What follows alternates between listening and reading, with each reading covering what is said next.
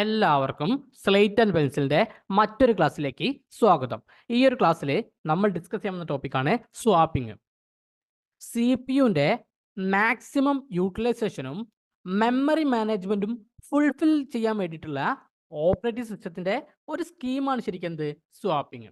Swapping in the operating system is a memory management scheme that temporarily swaps out an idle or blocked process from the main memory to secondary memory, which ensures proper memory utilization and memory availability for those processes which are ready to be executed.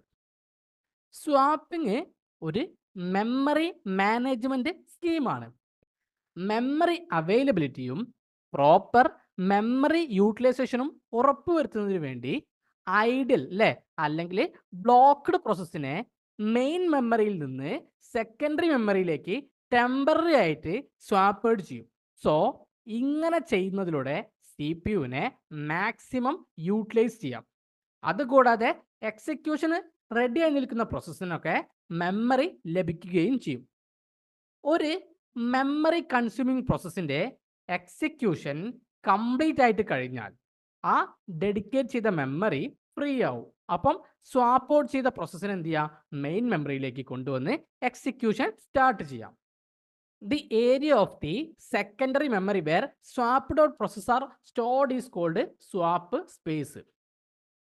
Swap out ചെയ്ത പ്രോസസ്സുകൾ store ചെയ്യുന്ന secondary മെമ്മറിയുടെ area അറിയപ്പെടുന്ന പേരാണെന്ത്, swap space. അല്ലേ, swap out ചെയ്ത പ്രോസസ്സുകളെ store ചെയ്യുന്ന സെക്കൻഡറി മെമ്മറിയുടെ ഏരിയ അറിയപ്പെടുന്ന പേരാണെന്ത്, സ്വാപ്പ് സ്പേസ്.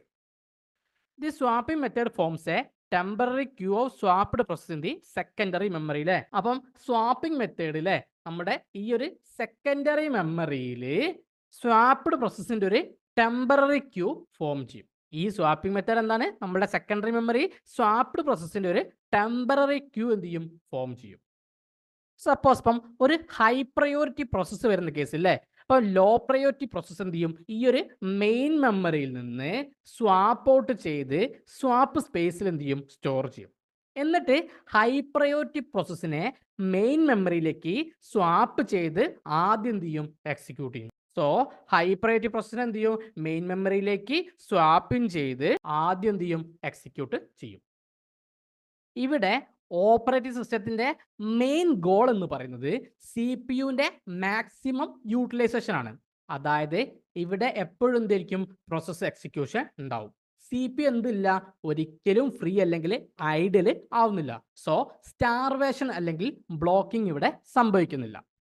ഇനി ഓപ്പറേറ്റിംഗ് സിസ്റ്റത്തിൽ നമുക്ക് രണ്ട് ഇമ്പോർട്ടൻറ്റ് സ്വാപ്പിംഗ് കൺസെപ്റ്റുകളാണ് പഠിക്കാനുള്ളത്. ഏതൊക്കെയാണ്, ഒന്ന് സ്വാപ്പ് ഇന്നും മറ്റേതാണ് സ്വാപ്പ് ഔട്ടും.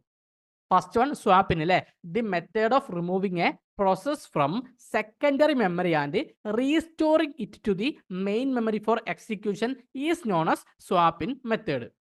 ഹാർഡ് ഡിസ്ക് പോലത്തെ സെക്കൻഡറി മെമ്മറിയിൽ നിന്ന് അല്ലേ ഒരു പ്രോസസ്സിനെ റിമൂവ് ചെയ്ത് എക്സിക്യൂഷന് വേണ്ടി അല്ലേ ഈ ഒരു മെയിൻ മെമ്മറിയിൽ റീസ്റ്റോർ ചെയ്യുന്ന മെത്തേഡാണ് എന്ത്, സ്വാപ്പ് ഇൻ മെത്തേഡ്.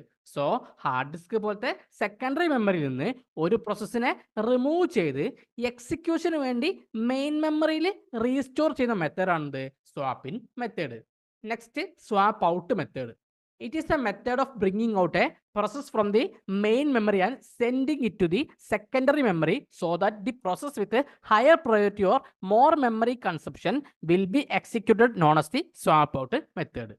ഹൈ പ്രയോറിറ്റിയിലെ അല്ലെങ്കിൽ കൂടുതൽ മെമ്മറി കൺസ്യൂം ചെയ്യുന്ന പ്രോസസ്സ് എക്സിക്യൂട്ട് ചെയ്യുന്നതിന് വേണ്ടി മെയിൻ മെമ്മറിയിലുള്ള ഒരു പ്രോസസ്സിനെ എടുത്ത് ഈ ഒരു സെക്കൻഡറിയിലേക്ക് സെൻഡ് ചെയ്യുന്ന മെത്തേഡാണെന്ത്, swap out method. So main മെമ്മറിയിലെ ഒരു പ്രോസസ്സിനെ എടുത്ത് സെക്കൻഡറിയിലേക്ക് സെൻഡ് ചെയ്യുന്ന മെത്തേഡാണെന്ത്, സ്വാപ്പ് ഔട്ട് മെത്തേഡ്. ദെൻ ഈ ഒരു സ്വാപ്പിനും സ്വാപ്പ് ഔട്ടും ചെയ്യുന്നത് ആരാണ്, ഈ ഒരു മീഡിയം ടേം ഷെഡ്യൂളർ അല്ലേ, MTS ഷെഡ്യൂളർ. അതായത് മീഡിയം ടേം ഷെഡ്യൂളർ അല്ലേ, MTS ഷെഡ്യൂളർ ആണെന്ത്, സ്വാപ്പിനും സ്വാപ്പ് ഔട്ടും ചെയ്യുന്നത്. ഇനി നമുക്കൊരു എക്സാമ്പിൾ നോക്കാം. സപ്പോസ് നമുക്കൊരു യൂസർ ഉണ്ടെന്ന് വിചാരിക്കാം. ആ യൂസറിന്റെ പ്രോസസ് സൈസ് എത്രയാണ്, 4906 KB ആണ് അല്ലേ. എത്രയാണ്, 4906 KB. ഇവിടെ യൂസർ ഹാർഡ് ഡിസ്ക് ഡ്രൈവിന്റെ സ്വാപ്പ് ഇൻ ട്രാൻസ്ഫർ റേറ്റ് എന്ന് പറയുന്നത് എത്രയാണ്, 4 Mbps ആണ് അല്ലേ? അപ്പോൾ ഡാറ്റയുടെ ട്രാൻസ്ഫർ റേറ്റ് അല്ലേ എത്രയാണ്? 4 Mbps ആണ്.